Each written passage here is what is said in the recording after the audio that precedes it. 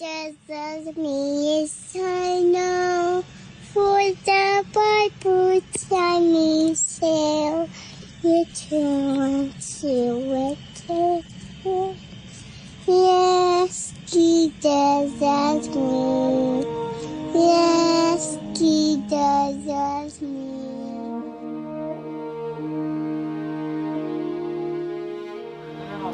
Hi, Gigi. When is your bedtime? Hi, honey. I'll see you in the morning, honey, okay? I'll see you when you wake up, all right? I love you. Before he was a leader to millions, he was mine and theirs.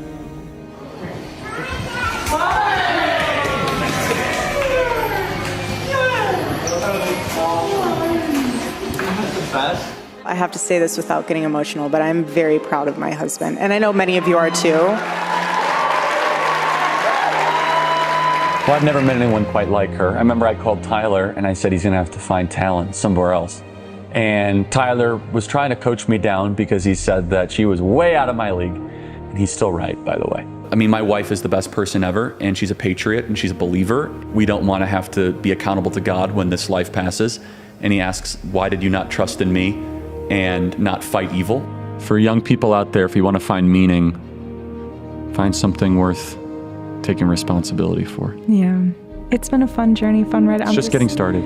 Yeah, I'm grateful for you. Thanks for joining the Charlie Kirk Show. You're welcome. We should do this more often.